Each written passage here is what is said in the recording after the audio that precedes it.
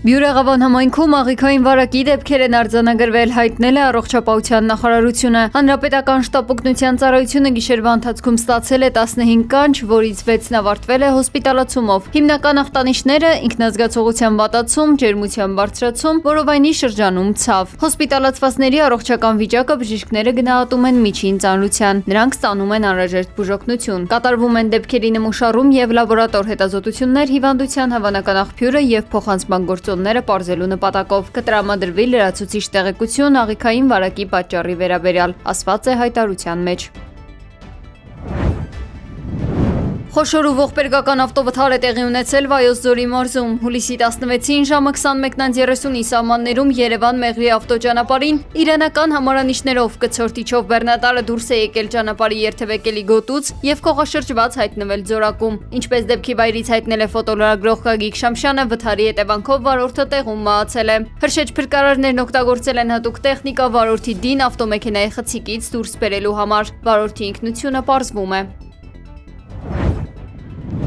Արտակարգ դեպք է տեղի ունեցել Երևանում։ Գիշերը 1:10-ի սահմաններում Բատիկյան փողոցով անցնող Մալաթիայի ջրանցքից քաղաքացիները դուրս են բերել տղամարդու, ով հայտնել է, որ իր հետ եւս 2 մարդ է ընկել ջրանցքը։ Պարզվել է, որ 1 քաղաքացի է ընկել ջրանցքը, նրան դուրս են բերել եւ տեղափոխել հիվանդանոց, իսկ մյուս 2 քաղաքացիների ջրանցքն ընկնելու մասին տեղեկությունը չի համապատասխանում իրականությանը, հայտնել են ոստիկանությունից։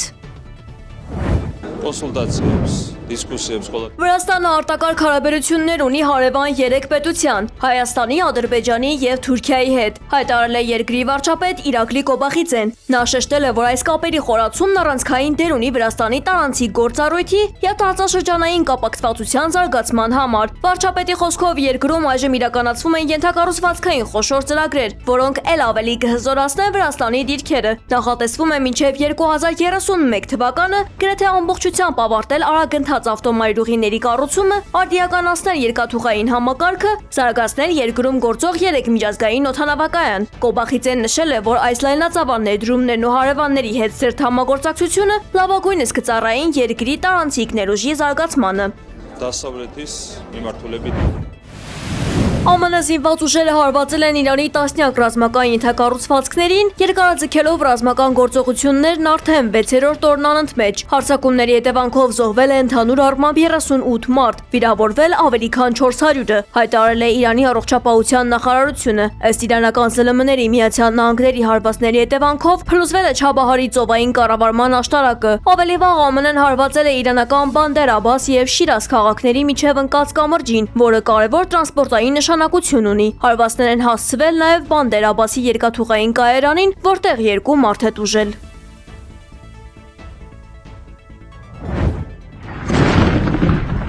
Իրանը հարձակվել է Մերձավոր Արևելքում գտնվող ամենառազմական թիրախների վրա՝ ի պատասխան իր տարածքում ԱՄՆ հարվածների։ Հաղորդվել է, որ հակաօդային պաշտպանությունն ակտիվ է եղել։ Հարվածներից հետո հրդեհներ են բռնկվել Բահրեյնի, Քուվեյթի, Իրաքի եւ Հորդանանի ռազմական օբյեկտներում։ Վնասների կամ զոհերի մասին պաշտոնական հաղորդագրություններ դեռևս չկան։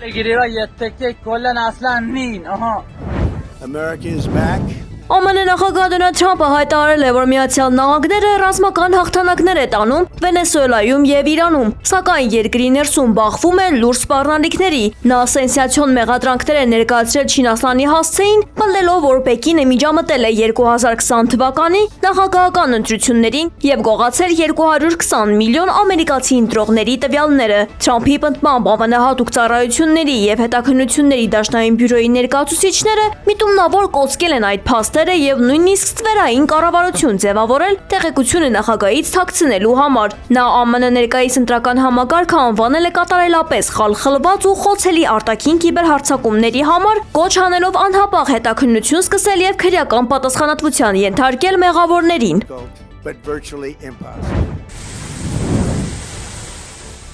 Նովոսիբիրսկում տեղատարապ անձրևների հետևանքով փողոցները հեղեղվել են, երթևեկությունը կանգ է առել անորոշ ժամանակով։ Տեղական լրատվամիջոցների հաղորդմամբ անսպասելի հորդառատ անձրևին հաջորդել են կարկուտն ու հզոր քամիները։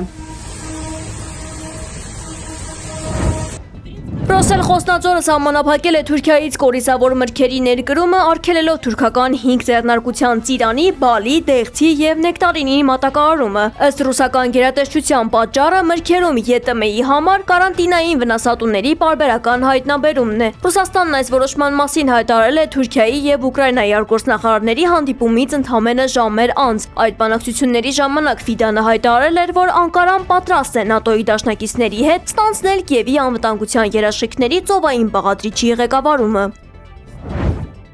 Հնդկաստանում շահագործման է հանձնվել ջրածնային բառելիքով աշխատող առաջին գնացքը։ Դրա հանդիսավոր մեկնարկը տվել է երկրի վարչապետ Նարենդրա Մոդին։ Նոր եւ էկոլոգիապես մաքուր գնացքը կունենա դեռևս 1 երթուղի։ 91 տարեկանում մահացել է Մերի Ջո Քեմբելը, Քրիս Ջեների մայրն ու Քարդաշյան Ջեներ քույրերի տատիկը։ Նա լայն ճանաչում է ձեռք բերել ընտանեկան ռեալիթի շոուներից, որտեղ իր անկեղծ հումորի խորհուրդների եւ քաղցկեղը 2 անգամ հաղթահարելու պատմության շնորհիվ գրավել էր միլիոնավոր հեռուստադիտողների սրտերը։ Քիմ Քարդաշյանն իր տատիկին անվանել է լավագույն ընկերն ու հավերժական երկվորյակը, նշելով, որ հենց նա է իրենց փոխանցել ընտանեկան արժեքները ու սովորեցրել լինել ուժեղ եւ աշխատասեր գործարար կանայք։